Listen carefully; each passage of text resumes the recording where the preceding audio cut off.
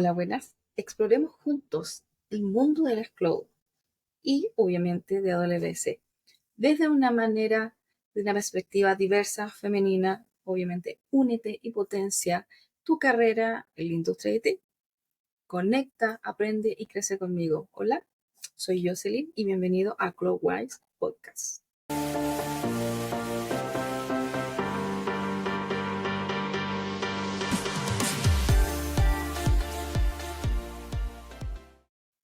En este primer episodio vamos a explorar los fundamentos de Cloud. Obviamente son muchos, pero vamos a explorar los fundamentos principales que uno debería de aprender si tú eres un iniciante dentro de Cloud en AWS.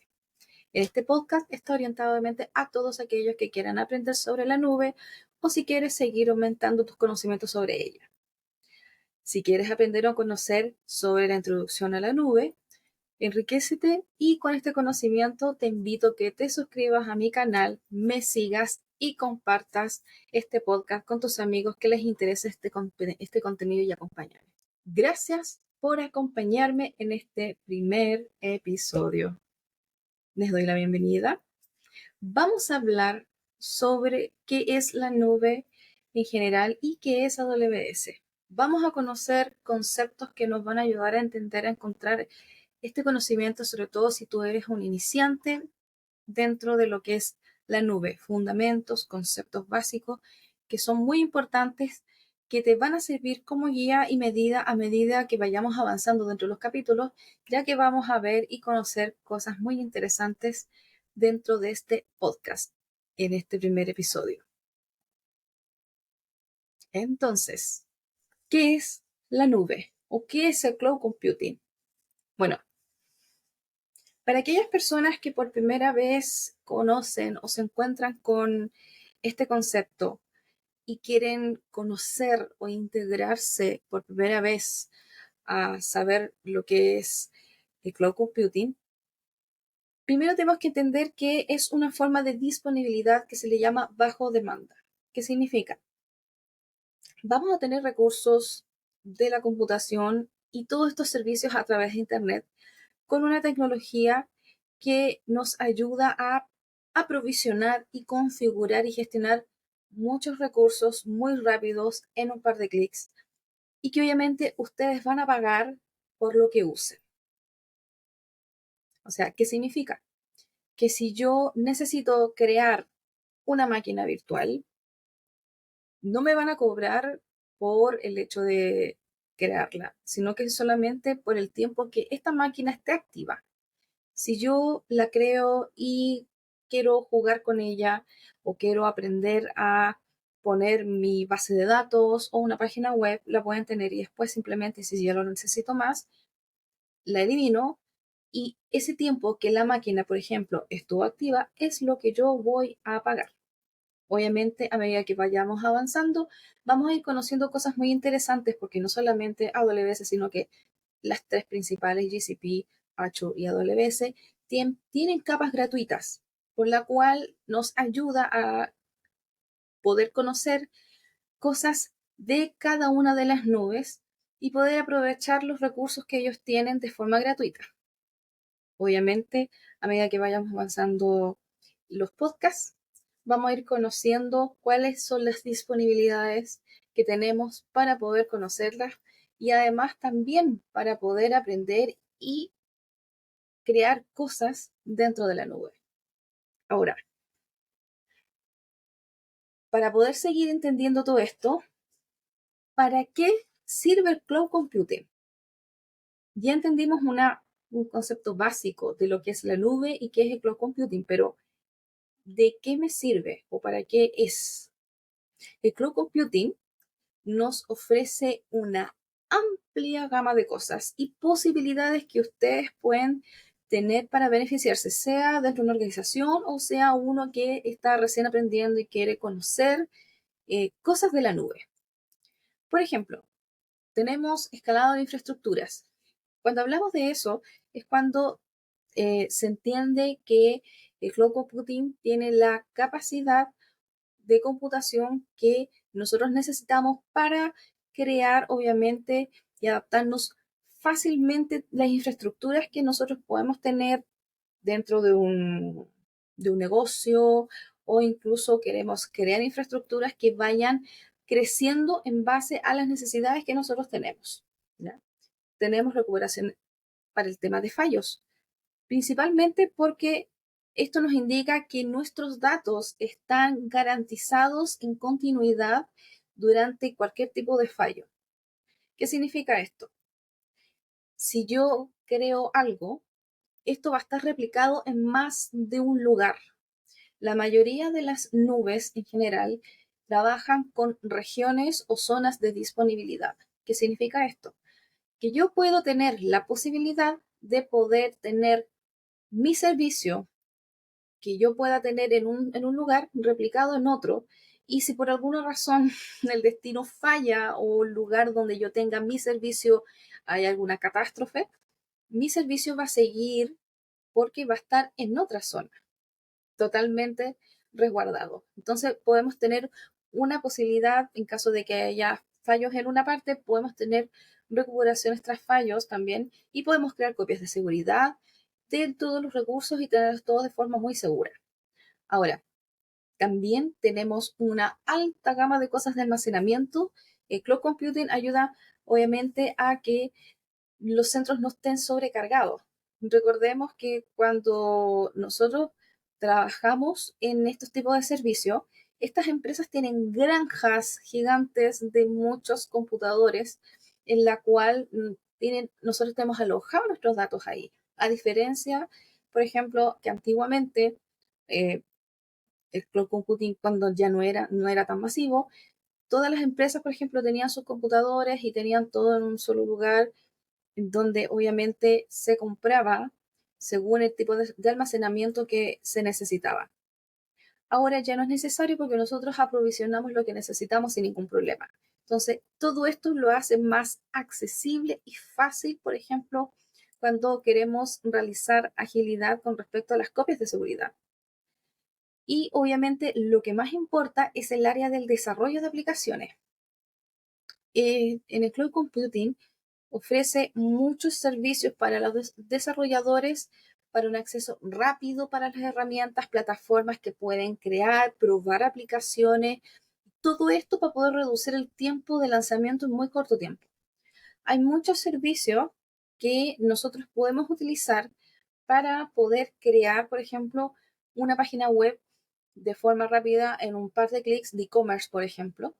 O tenemos un servicio y tenemos un cliente que en muy corto tiempo necesitamos mostrar nuestra plataforma y que pueda estar en una nube, y lo podemos también realizar porque podemos aprovisionar esto según el lenguaje que nosotros estemos utilizando, y nosotros no necesitamos tener conocimientos de lo que es la parte de la infraestructura. Esto lo aprovisiona de forma automática, ayudándonos a tener una plataforma para poner nuestra aplicación en corto tiempo y con toda la alta disponibilidad que obviamente las prestaciones de la nube nos dan. Y obviamente no dejando fuera el tema del análisis Big Data. Dentro del cloud computing cuenta con muchos recursos casi limitados para poder procesar grandes volúmenes de datos, con el fin obviamente de ayudarnos a procesar, investigar o reducir o limpiar la data, y así poder obtener información valiosa que puede ser para nosotros e incluso para el área del negocio que ustedes necesitan. Ahora, tenemos muchas cosas también para poder entender. Como vemos, hay beneficios. Ya hemos conocido lo que es el concepto en sí de cloud computing, para qué sirve, y vamos a ver algunos beneficios que podemos entender como conceptos para poder adoptar la nube. ¿Por qué se le llama adoptar? Porque cuando una empresa quiere migrar sus servicios a la nube, obviamente adopta un servicio para poder ayudar, obviamente, a todo lo que necesita. En este caso tenemos que es muy flexible. ¿Por qué? Todo esto gracias a la arquitectura de cloud computing. Las empresas o los usuarios, nosotros en general, podemos acceder a los servicios de la nube desde cualquier lugar con conexión a internet, y nada más que eso. podemos escalar, podemos realizar servicios, crear servicios, podemos ayudar a que nuestro servicio crezca verticalmente, horizontalmente, según lo que nosotros necesitamos. Ahora, porque también se puede decir que es eficaz. Cuando las empresas pueden desarrollar nuevas aplicaciones y quieren tener nuevas aplicaciones incorporadas en las fases de producción, sobre todo la parte de los desarrolladores, trabajan harto en esta parte, sin tener que preocuparse, por ejemplo, con el tema de la infraestructura que hay por detrás.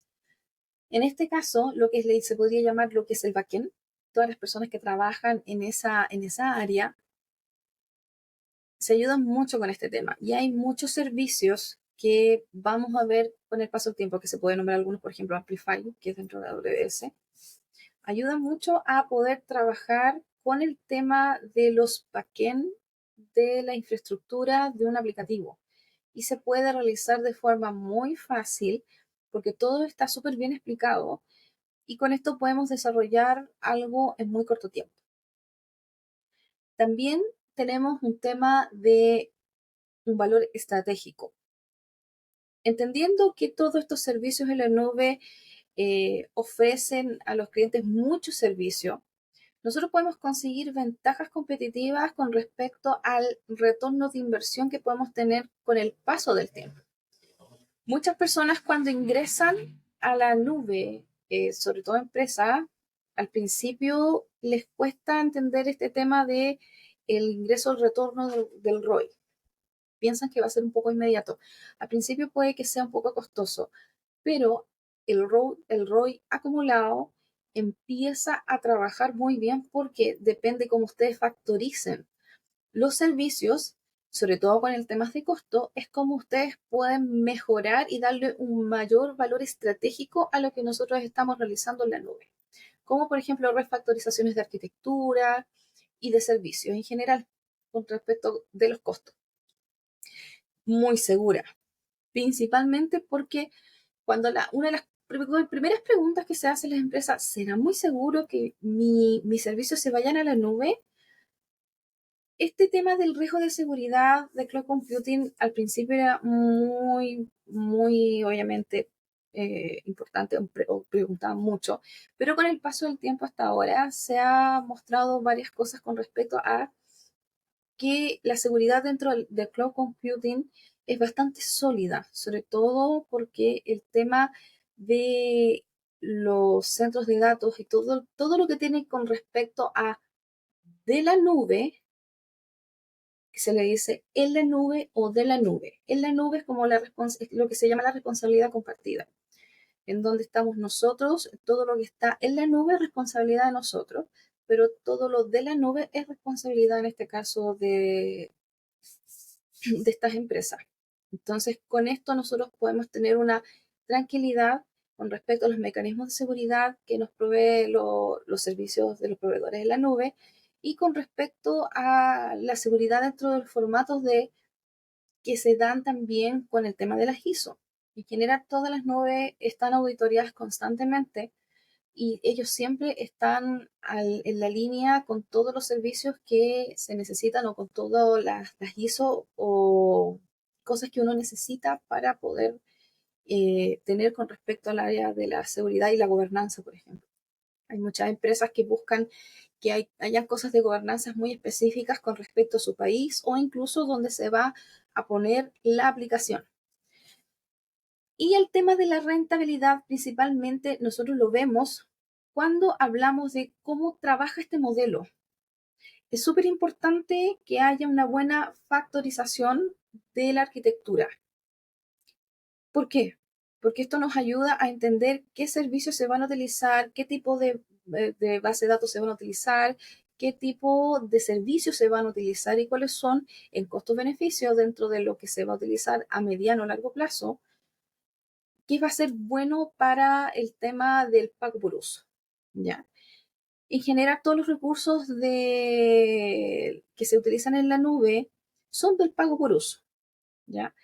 Y todo este tema de sobrecarga de capacidad dentro de los centros de datos o los peak, que son obviamente que son bajo demanda dentro de que podamos tener dentro de una empresa o de nosotros de forma personal, nosotros los podemos trabajar de forma inicial, de forma bastante estratégica.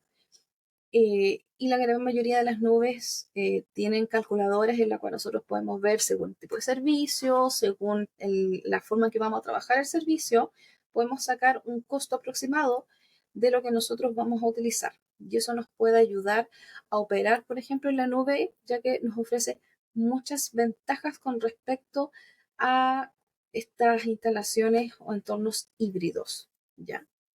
Y eso nos ayuda también a trabajar cosas muy importantes, sobre todo en la nube AWS, donde está los tipos de pagos que se realizan o las ventajas que nosotros podemos encontrar dentro del cloud computing.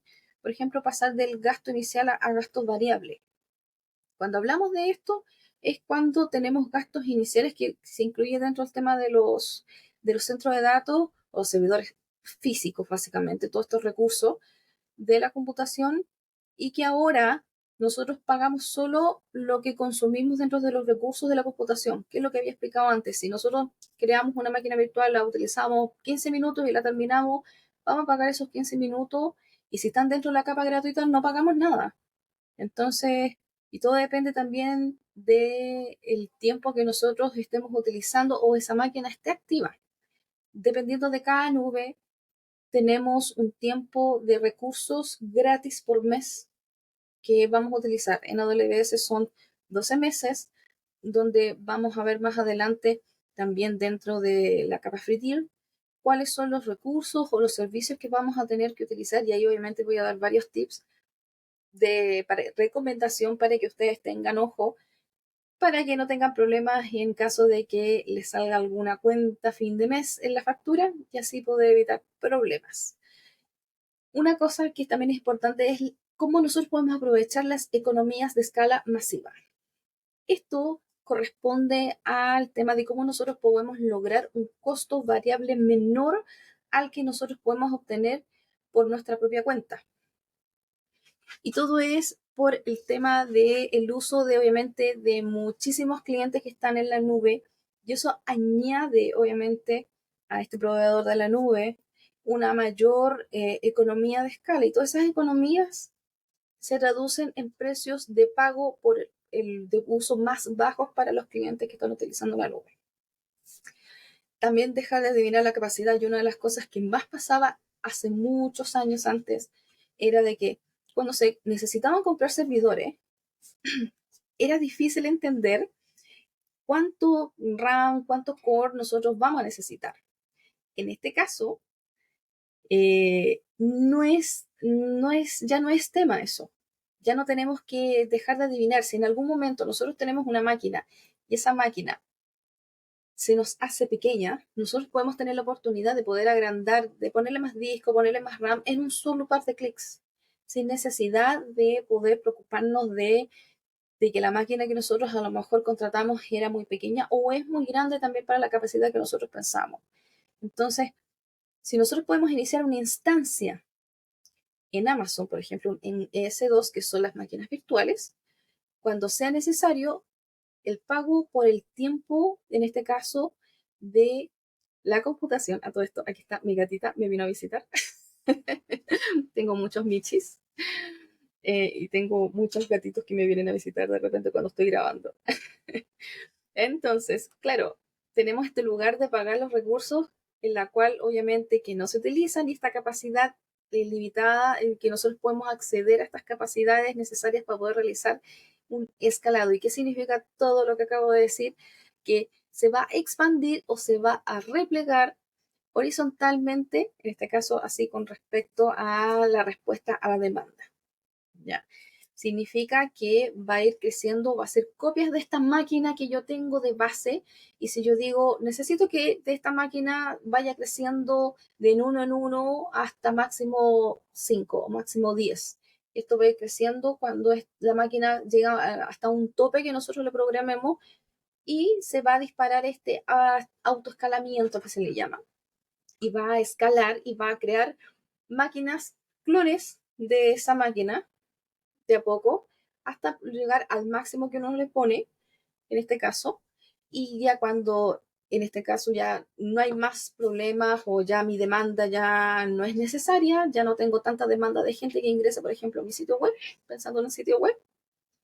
Entonces ahí lo que pasa es que estas máquinas automáticamente se repliegan y se queda en el mínimo, que en este caso, por ejemplo, sería una máquina. Pongamos un ejemplo así. Entonces, esa es la forma en la cual nosotros podemos dejar de adivinar la capacidad en algo tan simple como las máquinas S2. Obviamente vamos a tener que lograr con todo esto, y una de las cosas maravillosas es el tema del alcance global en cuestión de minutos que nosotros tenemos eh, con estos servicios. Y con la presencia global, por ejemplo, en este caso de AWS, el Cloud Computing, podemos desplegar aplicaciones muy rápido en diferentes partes del mundo y así nos podemos ayudar a proporcionar una baja latencia. ¿Ya? Obviamente son conceptos que son de principio y la idea es que a medida que vayamos avanzando estos conocimientos los vayamos integrando con los servicios que vamos a ir viendo a medida que va pasando el podcast y vamos a ir profundizando un poco más para que los vayan conociendo de todos estos conceptos básicos que estamos hablando ahora. Ahora, tenemos tipos de cloud computing. Estos son los tres más básicos.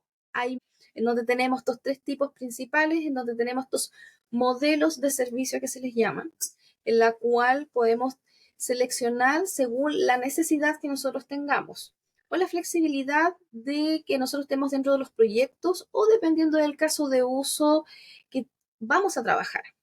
Cuando lo ponemos a nivel de empresa, los tres que tenemos, usualmente lo que pasa es que cuando las empresas se pasan a la nube, muchas pasan a la primera del IaaS, ¿ya? Que es infraestructura como servicio. Y acá lo que hacen es básicamente se ofrece un acceso, como se le llama, bajo demanda con servicios de infraestructura que en este caso pueden ser redes, bases de datos, virtualización, pero el control de estos servicios es mucho más semejante a lo que nosotros podemos llamar al on-premise, o sea que van a tener un mayor manejo de las actualizaciones, de los tipos de servicio o del tipo de imagen, configuraciones de forma completa. Es básicamente casi lo mismo que el tema de lo que es de forma tradicional de on-premise, pero obviamente en la nube. En el IaaS en donde tiene mayor capacidad de manejo de lo que es de la infraestructura en sí de la nube. Ahora, hay casos en la cual pasan directamente a plataforma como servicio, que es la segunda, el PaaS, en donde aquí en este caso ya tenemos recursos, ya tenemos hardware necesario para aplicaciones en la nube, con servicios que ya están listos, en la cual yo lo único que hago es poder preocuparme por completo del desarrollo de la aplicación sin cargar con la parte de gestión o mantener la infraestructura en sí. ¿Ya? Aquí ya hay un manejo de lo que se le llama de responsabilidad compartida como 50-50, en la cual la empresa solamente se preocupa de algunas configuraciones del servicio, pero no de todo completo como era en la primera etapa del IaaS. Entonces, con esto nosotros podemos dedicarnos un poco más al desarrollo de las aplicaciones que nosotros necesitamos realizar. Y la última es la más usada, que es el SaaS, ¿ya? Y son parte de lo que nosotros podemos proporcionar. Básicamente es como soltar todo, olvidarse de la infraestructura, del aprovisionamiento.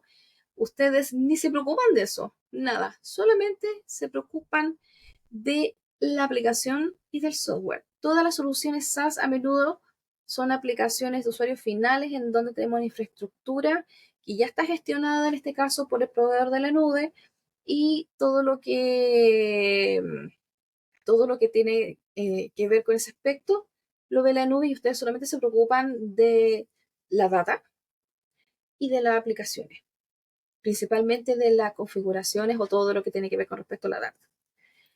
Ah, La verdad es que hay empresas, conocí una empresa por ahí que pasó de on-premise directamente a SaaS y es un salto enorme, porque pasar de on-premise, donde ustedes tienen el control completo y la infraestructura completa en su misma empresa, es muy diferente a pasar a SaaS, en donde ustedes no tienen control de la infraestructura en absoluto y solamente se preocupan de las conexiones que tienen hacia la nube y trabajar con el código y nada más.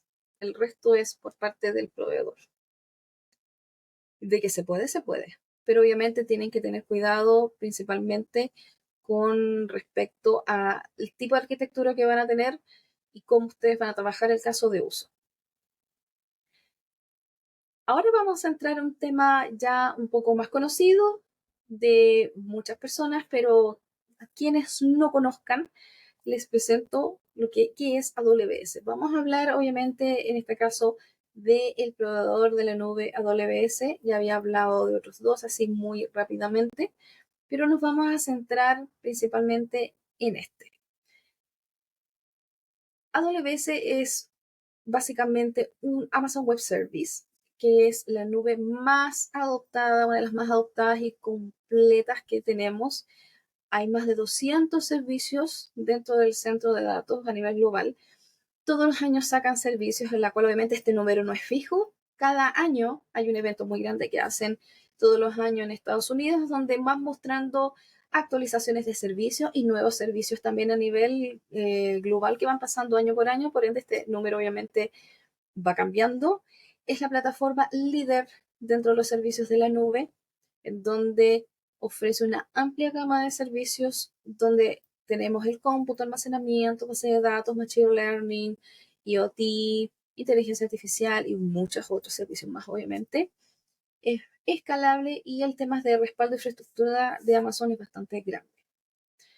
Por ende, tenemos muchas cosas entretenidas que vamos a ir conociendo también con respecto a este proveedor de la nube.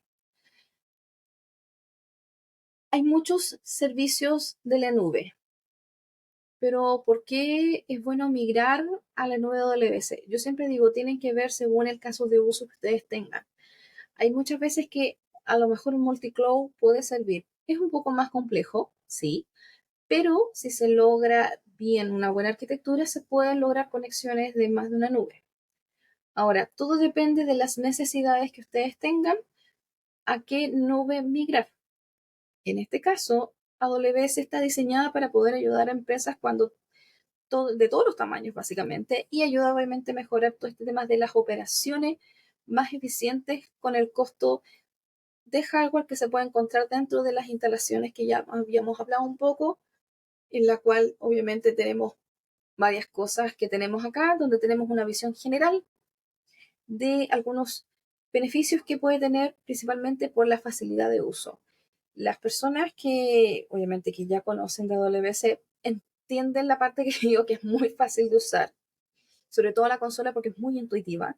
Para quienes nunca se han creado una cuenta de Amazon, o sea, en este caso de Amazon Web Service, para poder trabajar en la consola, es muy intuitiva, es muy fácil de poder realizar y esta AWS está diseñada obviamente para permitir que los proveedores de aplicaciones o de software, o sea uno o que quiera distribuir, por ejemplo, dentro de su marketplace, pueda de forma rápida y segura pueda desplegar sus aplicaciones.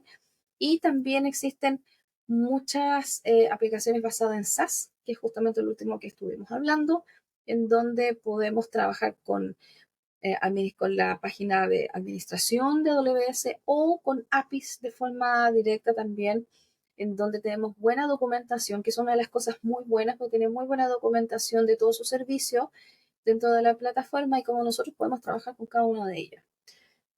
Es muy flexible, a lo que yo voy, que sea flexible, no que sea un elástico, pero a lo que se va es que tiene nosotros podemos seleccionar muchos sistemas operativos cuando queremos crear una máquina virtual. Entonces tenemos muchas opciones para poder seleccionar y ahí ustedes seleccionan el tipo de máquina, el tipo de familia, y cuando hablo de familia es cuando hablamos de las versiones que tiene esta máquina virtual o el core, que van avanzando también los procesadores, hay eh, De hecho, Amazon tiene su propio procesador que es Graviton. Entonces, tenemos muchas cosas que podemos utilizar con las bases de datos y así con muchos servicios que nosotros podemos utilizar en entornos virtuales o incluso crear un, un escritorio virtual en la cual nosotros podemos crear, programar y ponemos las aplicaciones que nosotros necesitemos y así en base a eso nosotros podemos, con un buen internet, obviamente podemos ingresar a este escritorio virtual que puede ser nuestro escritorio de trabajo, si así ustedes lo necesitaran y pueden trabajar con eso sin ningún problema. Entonces hay muchas soluciones importantes y bien interesantes que nosotros podemos ver y que se pueden crear. En el tema de cómo nosotros podemos afrontar los costos con respecto al cómputo de almacenamiento, el tema de cómo nosotros podemos reutilizar, aquí hay varias formas, está el pago por uso, está el on demand, hay contratos de largo plazo, fijo, también hay cosas de compromisos sin pago de compromisos iniciales, pagar mes a mes. O sea, hay harta posibilidad de seleccionar el pago que más a ustedes les es cómodo si quieren utilizar esta plataforma. Entonces, en comparación al tema de los costos, hay hartas alternativas en la cual nosotros podemos ver, en cómo nosotros podemos ver los temas de los costos. Ahí es importante ver qué tipo de arquitectura vamos a utilizar, cómo vamos a realizar nuestro servicio y cuánto tiempo los vamos a estar utilizando. Entonces ahí va a ser importante ver el tema de los costos, que es muy importante, qué es lo que más se adecua a lo que nosotros vamos a necesitar. Y dentro de todas las disposiciones de infraestructura es el tema global que ya había hablado, de sobre todo este vértebra virtual que tiene Amazon, que está obviamente en diferentes partes del globo, que lo vamos a ir viendo también en la presentación de hoy. Y obviamente eso nos ayuda a tener esta posibilidad de poder tener impacto global de nuestras aplicaciones o de lo que nosotros queremos tener para nuestros clientes o nuestros servicios que queremos ponerlo eh, escalable y de alto desempeño. Cuando hablo de parte de escalable y de alto desempeño es cuando me hago referencia a unas herramientas que tiene AWS, que es el auto-scaling y el elastic load balancing, ¿ya? Que nosotros podemos trabajar y los vamos a ir conociendo también de a poco estos conocimientos, en la cual nosotros podemos aplicar y podemos ampliar o reducirnos, en este caso, que es la parte del escalamiento, según la demanda. Y esto es todo gracias, obviamente, a la infraestructura sólida que tiene Amazon con respecto a los recursos informáticos que nosotros podemos incluirlo dentro de todo lo que hemos hablado hasta ahora. Justamente lo que había visto o hablado hace un minuto, la estructura global de AWS. Cada nube tiene su forma de estructura global. En este caso, AWS trabaja con regiones y zonas de disponibilidad. Región se le llama a la zona regional en donde hay en el globo. Si se fijan, acá hay diferentes regiones en lo que nosotros podemos trabajar. Abarca AWS 105 zonas disponibles en 33 regiones en el globo. En total, literalmente son 33 regiones geográficas físicas dentro del mundo. Y cuando hablamos de zonas de disponibilidad, son básicamente dentro de una región, tenemos centros de datos físicos. Y estos centros de datos físicos son granjas de computadores que están en diferentes zonas dentro de una misma región. Por ejemplo, acá si ustedes ven dentro del mapa, tenemos la región en la región que tenemos acá, tenemos Brasil, tenemos Chile, tenemos Perú, y en cada una tenemos diferentes local zones o tenemos edge locations en este caso. Y los Eight Location es un concepto que nosotros vamos a ir conociendo a medida que va avanzando, que son básicamente cuando se distribuye el contenido más cerca del cliente en este caso o del usuario final. ¿Ya? Entonces tenemos regiones, que es como el ambiente más grande, que son zonas geográficas alrededor de todo el mundo, y dentro de cada una tenemos estas zonas de disponibilidad que están en alguna parte puestas, que son físicos, o sea, son básicamente computadores físicos, granjas en un solo lugar en diferentes partes. Y todas estas zonas de disponibilidad son como un conjunto de recursos dentro de cada una de estas regiones, y esto obviamente todas estas zonas pertenecen a cada región. Hay zonas, por ejemplo, la zona básica de Virginia tiene varias zonas de disponibilidad en donde nosotros podemos poner nuestro servicio.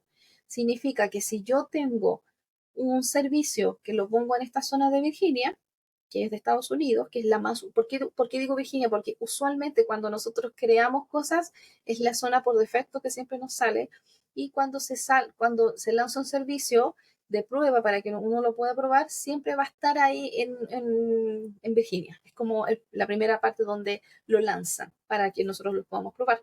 Y además que es una de las zonas con más baja latencia. Entonces muchas personas tienen sus servicios ahí básicamente. Obviamente no significa que ustedes no puedan tenerlo en otras partes. Por supuesto que sí. Ahí ustedes tienen que ver cuáles son las zonas en las cuales para ustedes tienen más baja latencia con respecto al PIN, y además con respecto a los costos, porque hay regiones en la cual no están todos los servicios. O hay servicios que sí están, pero son más caros que en otras zonas. Entonces ahí ustedes tienen que ver qué es lo que más les conviene. Y lo que le había hablado de los Edge Location, que es básicamente una locación en la cual nosotros es como un almacenamiento de caché básicamente que tenemos, que no es lo mismo que una región, son cosas diferentes. Son como se le llaman ubicaciones de borde, literalmente están en los bordes de las regiones, en la cual esto se conecta obviamente con otro servicio de Amazon que lo vamos a ir viendo, y este servicio distribuye a los Edge Locations de forma final hacia los clientes para que obviamente haya mayor cobertura del servicio en este caso, y así podamos obviamente tener una alta disponibilidad. Y es ahí donde yo digo de que la alta disponibilidad se trabaja porque tenemos las zonas de disponibilidad. Entonces, si yo tengo mi aplicación y mi frontend y mi backend los tengo replegados en dos zonas de disponibilidad diferentes junto con mi base de datos, entonces esto me va a ayudar a tener una alta disponibilidad de mis servicios. Y si se cae una zona, la otra zona va a estar funcionando de forma inmediata. Y ahí nosotros podemos poner, por ejemplo, otra zona de disponibilidad donde podemos tener, en este caso, una base de datos de respaldo que ayude también al servicio que nosotros tengamos ahí. Y eso es algo muy bueno. Ahora, principales servicios que tenemos para principiantes de WS. Había comentado que había muchos, muchos servicios, pero obviamente vamos a ir empezando de a poco para ir conociendo los servicios más icónicos, los servicios que son más usados dentro de la capa de AWS cuando tú eres un principiante y por primera vez quieres conocer o crear cosas o conocer y estás ingresando por primera vez a la consola. Es como que son usualmente los servicios que más se utilizan, que más uno empieza a aprender. Como tenemos acá EC2. EC2, imagina que usted es el responsable de la arquitectura y de los recursos de la empresa, y tenemos que dar un soporte a un sitio web, ¿ya? Y con todos los recursos tradicionales que normalmente nosotros tenemos instalados en un computador donde levantamos nuestro servicio, donde tenemos que obviamente tener el tema del hardware, ver que se entreguen los servidores, instalarlos y toda la parte física típica que se hace en la on-premise y realizar las configuraciones para que todo funcione. Lógico. Ahora, con esto, S2 es básicamente una instancia, una máquina virtual que nosotros podemos utilizar con un servidor virtual que se ejecuta con ciertas características que nosotros le vamos agregando cuando nosotros vamos creando esta máquina. Y nosotros podemos utilizar este servicio y podemos ejecutarlo en la nube en un par de clics de forma muy rápida. Aprovisiona muy rápido. Nosotros podemos incluso, si ustedes necesitan que esta máquina cuando se dispare tenga, por ejemplo, suba un Apache o una base de datos, ustedes pueden ponerle un script en el inicio antes de que se despliegue la máquina, en el área de datos de usuario, y esto lo va a hacer de forma automática. Entonces, eso es algo bastante interesante para quienes no conocen lo que es una S2 y nosotros podemos, como le había comentado antes, nosotros podemos dejar de usarla cuando nosotros hayamos terminado de ejecutar la carga de trabajo que nosotros queramos o el experimento que nosotros queramos realizar y nosotros solamente pagamos por el tiempo que en este caso este S2 puede estar ejecutándose. ¿Ya? La verdad es que cuando nosotros, dentro de la capa gratuita, si nosotros la ponemos, si no la terminamos, la ponemos en standby, si está en Linux, no va a cobrar. Pero si la tenemos un tiempo muy extenso o pasamos de la capa gratuita, claramente sí les va a cobrar. Dentro de la capa gratuita, en S2 son 750 horas que tenemos por mes para poder utilizar de forma gratuita. Si ustedes seleccionan una máquina de Windows, se les va a cobrar porque cobra por un disco que se le llama EPS, que ahí les va a cobrar de forma externa. Por esa razón, nosotros podemos ahorrar los costes pagando solo por la capacidad que nosotros necesitamos para que la aplicación de la nube se pueda realizar. Ahora, ¿cómo funciona esto? ¿Cómo funciona este S2 para poder entenderlo? Primero, nosotros iniciamos una instancia, ¿ya? Vamos a S2 en la consola y la iniciamos. Nosotros seleccionamos una plantilla donde tiene muchas configuraciones básicas de la instancia, en donde en estas configuraciones nosotros podemos incluir el sistema operativo, el tipo de aplicación del servidor que va a ser, si es un CentOS, si es un Linux, si es un Red Hat, si es un Windows, Windows 11, Windows Server, lo que ustedes necesiten. Y todas las configuraciones específicas del hardware con respecto a la instancia que nosotros vamos a necesitar, como el tipo de si va a estar dentro de una red, si vamos a poner alguna otra especificación de algún disco, todo lo que nosotros necesitamos para que la instancia funcione dentro de las características que nosotros necesitamos. Y todas las configuraciones de seguridad para controlar obviamente el tráfico en este caso, como qué puede entrar, qué puede salir de mi instancia. Y después de esto, una vez que nosotros ya hayamos realizado esta parte, lo que después hacer es ver algunas aplicaciones que nosotros queramos instalarla y obviamente ver si en este caso, como usuario, yo me necesito conectar a la máquina de forma remota. Y ahí ustedes pueden crear una llave en la cual pueden bajarla como tipo PIM o alguna otra extensión y eso lo pueden trabajar o como escritorio remoto, si es Windows, bajar en este caso para escritorio remoto o también para que puedan trabajar a través de un programa externo como PuTTY o algún otro que pueda conectarse de forma remota a la máquina. Entonces, cuando nosotros ya tengamos todo listo, todo eso, ahí nosotros podemos utilizarla, se demora un par de minutos, 1 o 2 minutos, si es mucho decir eso, se crea la máquina y ya está lista para poder obviamente trabajar con ella sin ningún problema. El agüita siempre es necesaria. Ahora, otro servicio muy icónico y muy conocido dentro de los servicios para principiantes que nosotros tenemos para conocer. S3 o Bucket, como muchos los conocen. Como ustedes ven ahí, hay muchos tipos de Bucket. Nosotros acá podemos cargar casi cualquier tipo de archivo en Amazon S3. Imágenes, videos, archivos de texto, logs, todo lo que ustedes quieran, exceptuando cosas de bases de datos, ¿ya? Copias de seguridad también, archivos multimedia, o podemos poner incluso un sitio web estático, ¿ya? Que nosotros necesitamos utilizar o datos que pueden estar en tránsito o alguna página web que nos ayude en ese aspecto antes de algo más dinámico, que ahí tendremos que ingresar más a lo que son los servicios que trabajan con eso. Documentos archivados también, como pueden ver, tenemos una amplia gama. S3 ofrece un espacio de almacenamiento ilimitado. Esto habla de los 11 nueves. Son 9, un largo 9. Tenemos un máximo de archivo que son de 5 terabytes dentro de básicamente el tamaño del archivo que tiene S3 para soportar. Ahora, cuando nosotros cargamos un archivo en S3, nosotros establecimos permisos para que se pueda ver ese archivo.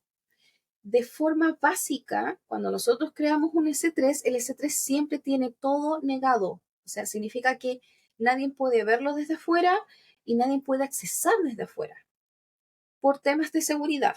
Ahora, si ustedes tienen una página web que cargaron en este S3 que crearon, ¿pueden hacerlo? Sí, podemos dejar esta página visual, o sea, que se pueda ver desde fuera sin ningún problema, pero obviamente esas opciones se tienen que seleccionar en el momento en la cual está la creación. Se pueden seleccionar en la creación del bucket o si ustedes ya crearon el bucket y se les pasó, lo pueden después modificar dentro del área de la seguridad en la cual ustedes pueden modificar ese punto. Pero obviamente con el paso del tiempo es importante ver el tipo de seguridad que nosotros vayamos a utilizar dentro del bucket. Ahora, nosotros podemos realizar un seguimiento de los cambios de los objetos a lo largo del tiempo y eso es algo muy bueno también cuando estamos utilizando el S3. También hay un ciclo de vida dentro de los objetos del S3. Este ciclo de vida es cuánto tiempo yo voy a tener mi archivo, por ejemplo, en este caso, en un bucket. Lo voy a tener un mes, lo voy a tener 5 años, lo voy a tener 10 años. Dependiendo de eso, ustedes tienen que trabajar con el ciclo de vida del bucket y eso les ayuda mucho en el tema de los costos porque hay buckets que son más baratos que otros. Y dependiendo de la frecuencia que nosotros accesamos los datos, es cuál tipo de bucket vamos a utilizar y cuáles nos conviene con respecto al ámbito de los costos. Y ahí es donde entramos en la parte de las clases de almacenamiento que ustedes pueden ver dentro de S3. Solo se paga por lo que se usa en este servicio. Nosotros podemos elegir muchos tipos de almacenamiento y todo depende de la adaptación que ustedes necesitan con respecto a la forma en la cual ustedes van a accesar o las necesidades empresariales y económicas que ustedes tienen dentro de almacenamiento dentro de un bucket. Hay varios factores que se pueden trabajar ahí y las dos más importantes que tienen relación son la frecuencia en la cual nosotros recuperamos los datos y la disponibilidad que ustedes necesitan sobre los datos. Teniendo en cuenta esas dos cosas, ustedes deciden cuál de esas 7 categorías que ustedes ven en la presentación es la que más le conviene. Actualmente hasta ahora son 7. Siempre va cambiando esto. El más típico es el estándar S3, que es el primero. Si se fijan aquí, pero si miro hacia arriba un poco porque tengo mi otra pantalla hacia arriba. Y tenemos por frecuencia o exceso de frecuencia o muy poco frecuente. Y depende de eso es la cantidad de plata que vale y cuánto. Entonces ahí nosotros podemos trabajar mucho ese tema. Por ejemplo, con el estándar S3, el almacenamiento de uso general, que es el típico de los datos que se accede con frecuencia, ahí son obviamente 0,023 gigas, ¿ya? Que va cobrando. por los accesos. Ahora, ¿qué pasa si yo tengo archivos de diferentes tamaños y la verdad es que algunas veces lo necesito, en un mes necesito accesar a unos archivos que estén un mes, después una semana, o después pasan de un mes, pueden pasar meses que no lo ocupo? En ese caso, podemos trabajar con el S3 Intelligent Tiering. ¿Por qué? Porque los datos trabajan con patrones de accesos. Cuando ustedes no tienen ni idea si el acceso, si es frecuente o no frecuente, entonces es mejor utilizar ese bucket porque ese trabaja con inteligencia artificial y ahí ustedes pueden ver si saben que si es muy cambiante el hecho de acceso a los ciertos datos, es mejor utilizar eso. Hay otro que es muy similar al primero, al estándar, pero es IA, que es como con acceso poco frecuente a un S3 estándar y además es un poquito más barato porque es de una sola zona, una zona sola de disponibilidad. Por ende, eso nos ayuda obviamente a que sea un poco más barato que el estándar normal, porque los datos aquí podemos tener de larga duración, pero obviamente se accede con menos frecuencia y eso tiene un precio un poco más bajo, o sea, que es más barato. Uno de los más usados cuando queremos archivar o queremos realizar cosas de ese estilo es el S3 Glacier. La línea del S3 Glacier que tenemos son los tres últimos, en donde tenemos el primero, el S3 Glacier Instant Retrieval, en la cual nosotros podemos trabajar con datos que van a estar mucho tiempo ahí. Pueden estar desde 5, 7 hasta 10 años ahí sin moverse, pero por alguna razón nosotros necesitamos acceder para recuperar los datos en muy corto tiempo. Una de las características que tiene Glacier es que los datos, además de ser muy baratos, es que los datos pueden estar mucho, mucho, mucho rato ahí. Y nosotros podemos acceder a ellos de estas tres formas que ustedes pueden ver ahí. El flexible retrieval es cuando se hace una o dos veces al año cuando ustedes quieren recuperar esa data y les va a cobrar por esas dos sacadas. Si por alguna razón necesitan una más, se va a demorar mucho o les va a salir mucho más caro. ¿Ya?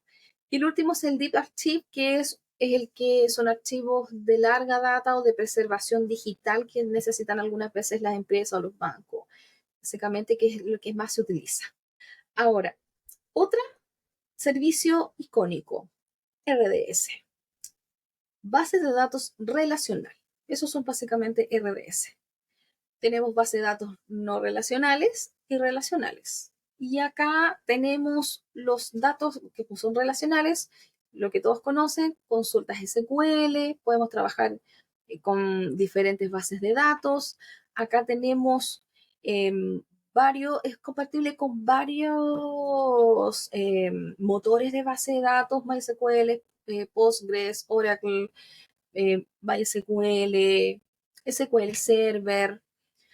Entonces, eso nos da la facilidad de poder trabajar mucho con diferentes bases de datos y así poder pasar del relacional normal que nosotros tenemos en on-premise a la nube de una forma más segura.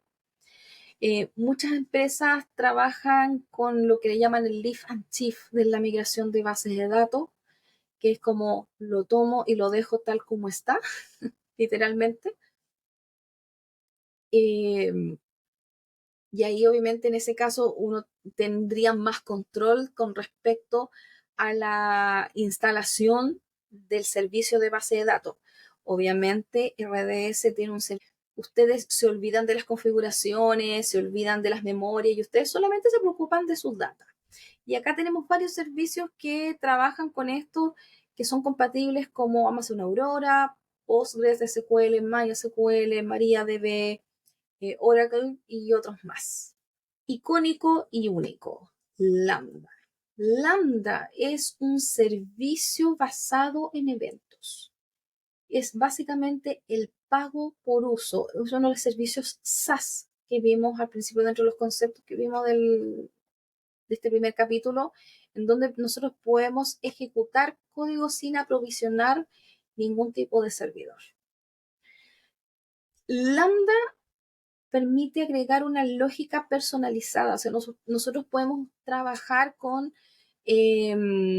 diferentes servicios, con S3, por ejemplo, Dynamo, bases de datos, y también con otros servicios que trabajan muy bien con Lambda.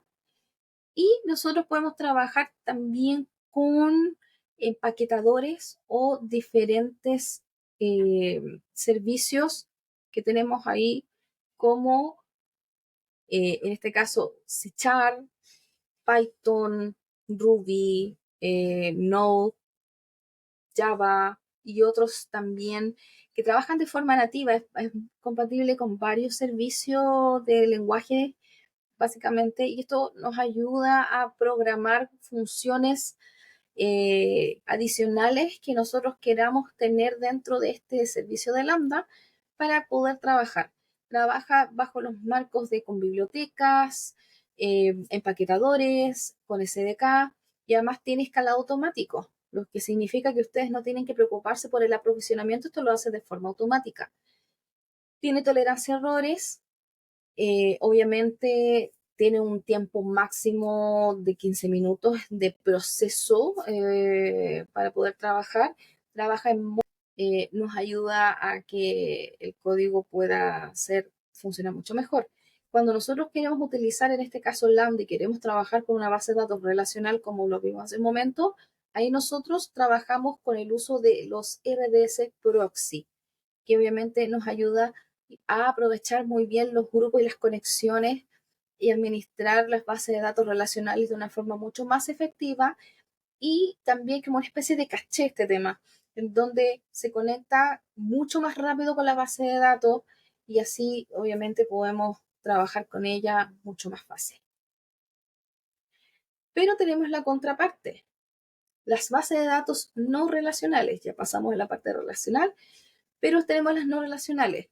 Cuando hablamos de este concepto de base de datos no relacionales, cuando nosotros queremos crear, por ejemplo, una tabla en un lugar en la cual pueda quedar almacenado y consultar estos datos de forma muy rápida. En estas bases de datos no relacionales, o no SQL también, como muchos los deben de conocer, nosotros tenemos una estructura diferente, distinta a las normales que son las filas y columnas. La verdad es que esto utiliza otro tipo de enfoque, que es un enfoque más relacionado con lo que le llaman clave valor, ¿ya? O par de claves, en la cual los datos se organizan en elementos que son las claves, básicamente, y elementos que tienen atributos que son valores. Y en base a esto tienen atributos. Y estas son como muchas cosas que nosotros podemos entender cuando trabajamos con las bases de datos no relacionales. Entonces, en esta parte, nosotros podemos crear una base de datos de clave valor, podemos añadir, quitar atributos a un elemento dentro de una tabla en cualquier momento, y todos estos elementos de la tabla tienen el mismo atributo.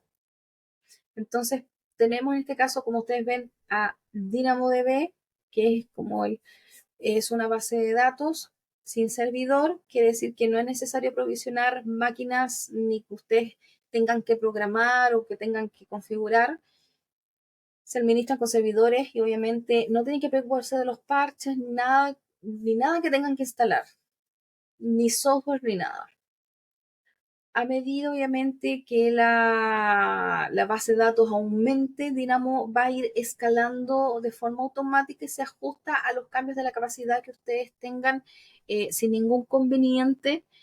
Y obviamente es bastante práctico para trabajar con servicios SaaS. Principalmente Dynamo es bastante bueno porque trabaja el tema de rendimiento y los tiempos de respuesta en milisegundos.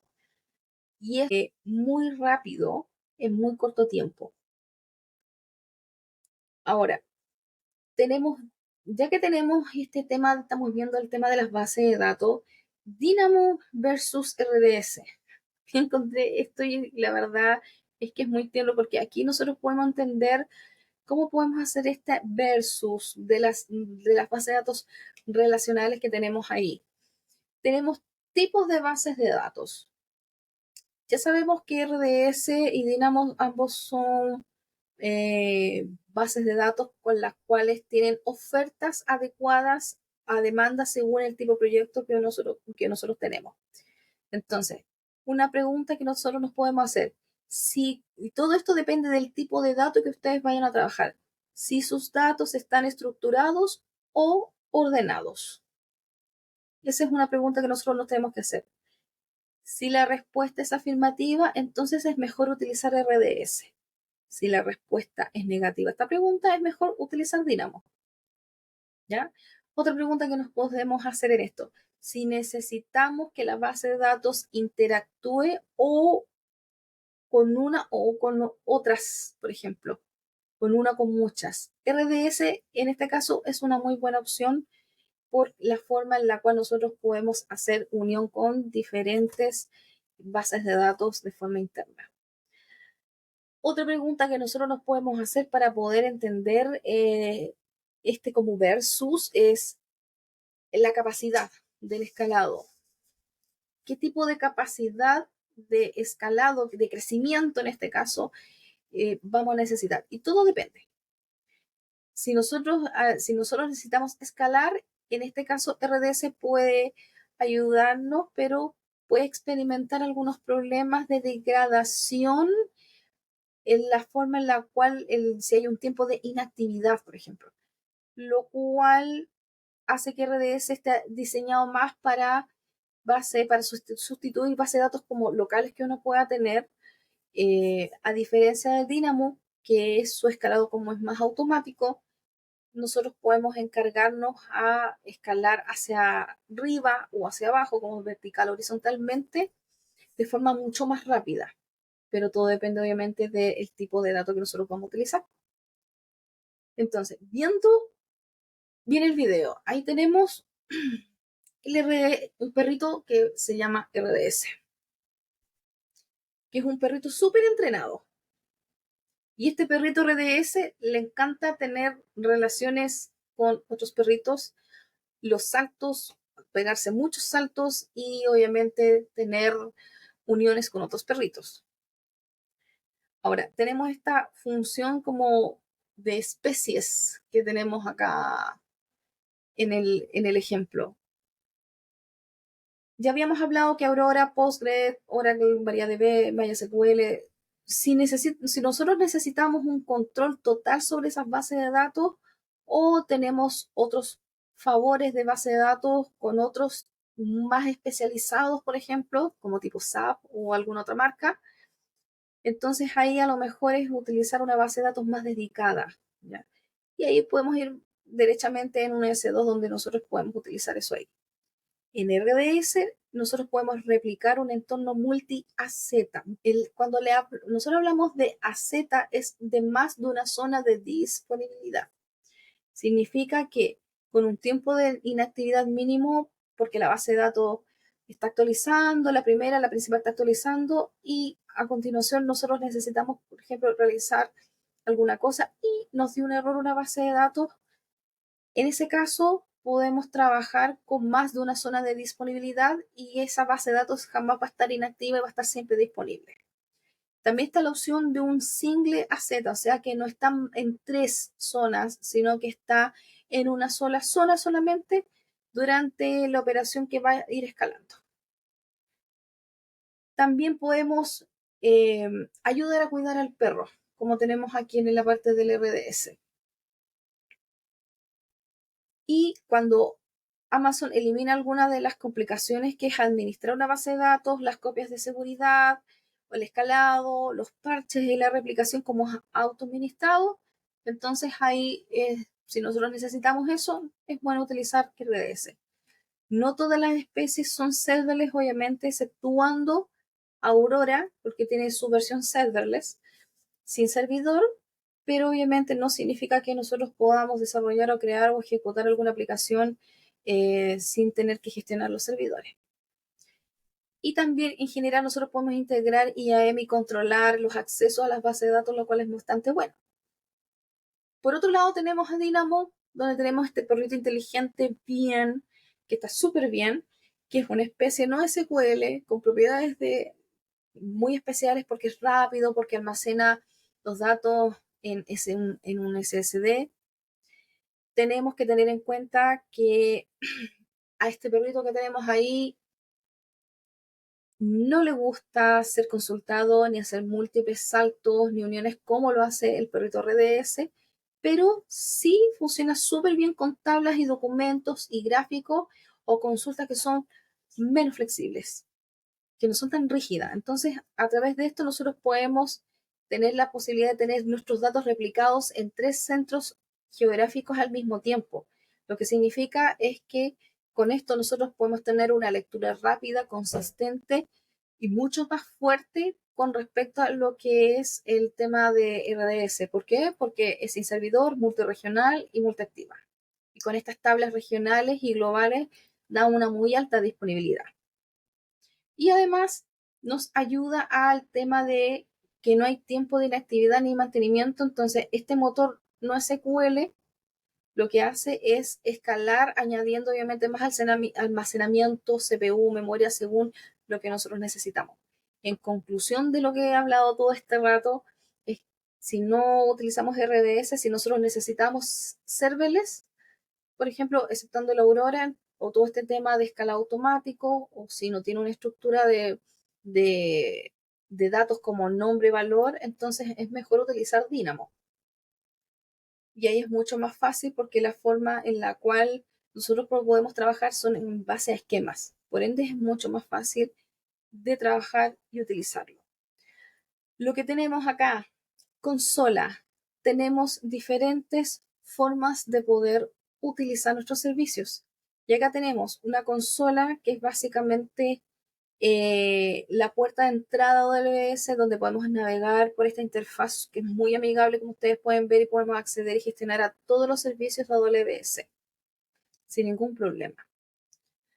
Tenemos la otra parte que es la interfaz de comandos CLI, en la cual nosotros podemos incluso instalarla dentro de nuestro PC local, en donde nosotros podemos manejar varios comandos, como ustedes pueden ver ahí, sin ningún problema, para poder gestionar los servicios que nosotros necesitamos de AWS. Y la última, que una de las más conocidas por los desarrolladores, son el tema de manejos de cómo usar, en este caso, el SDK, en donde tenemos estas herramientas, este es el Visual Studio Code, en donde tenemos diferentes herramientas para poder utilizar dentro de mi PC local con el SDK.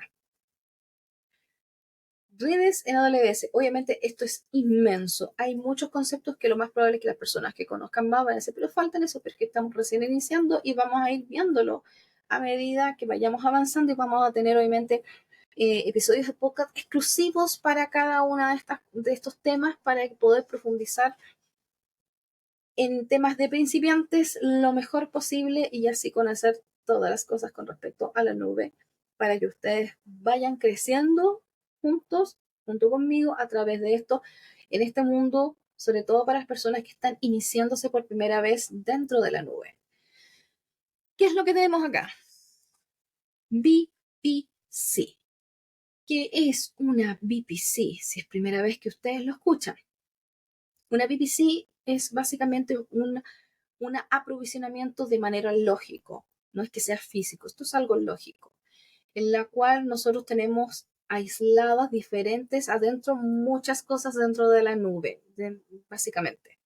Entonces nosotros podemos iniciar recursos de AWS, crear una red virtual y nosotros podemos verificar y decir si van a ser públicos, que tengan acceso a Internet, o sean privados, que no tengan acceso a Internet. Normalmente son servicios de backend como bases de datos, servidores y aplicaciones que tenemos ahí. Como ustedes pueden ver acá, tenemos muchos servicios acá diferentes dentro de esta VPC. Podemos tener muchas VPC en diferentes zonas de disponibilidad o diferentes regiones y podemos conectarlas también de cierta forma. Al lado, ¿qué es un security group?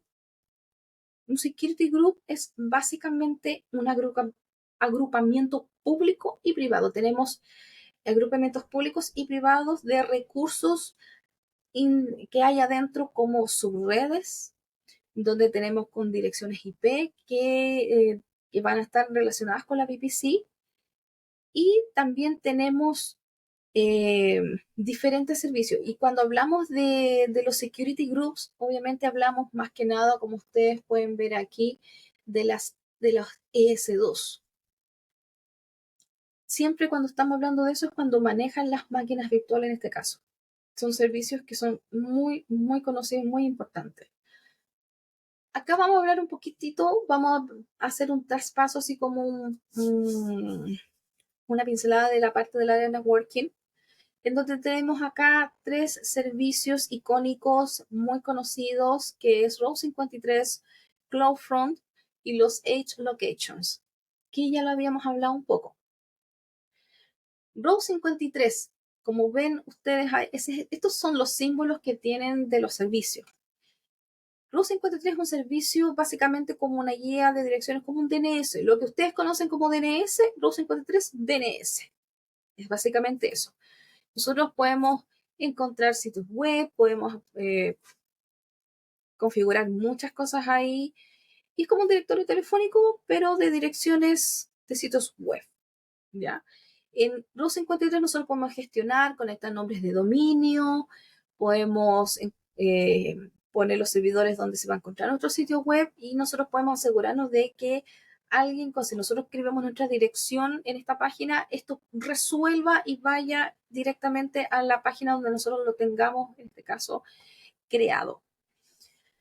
Básicamente es un lugar donde podemos tener sitios y aplicaciones en línea bastante confiables. Podemos utilizar los 53 como un servidor de dominio, eh, donde nosotros podemos dirigir el tráfico de Internet al sitio web, obviamente con un nombre legible, y podemos también direccionarlo mediante IPs numéricas, en la cual nosotros podemos utilizar o conectarse entre sí. Cuando un usuario, por ejemplo, escribe el nombre del dominio en el navegador, simplemente la IP directa, y esto reenvía esta consulta de DNS a Route 53, y este le va a responder básicamente la dirección, según la dirección IP, a la web que corresponda. Lo otro que tenemos acá, los dos que tenemos acá abajo, es CloudFront y Edge Locations, que ya habíamos hablado sobre él, que son las ubicaciones de borde, y que yo les había dicho de que esto responde a otro servicio, que en este caso es CloudFront, que es la red de distribución de contenido. CloudFront proporciona una API simple que permite distribuir el contenido a muy baja latencia y alta velocidad de transferencia de datos, y esto es gracias, obviamente, a la red de ubicaciones de borde que tenemos ahí, que son los Edge Locations, para poder, en este caso, prestar todo este servicio con menor latencia posible, y así, obviamente, poder diseñar la conexión de respuesta más ágil, más rápida de todos los servicios que nosotros queramos, obviamente, que se conecten dentro de lo que es AWS.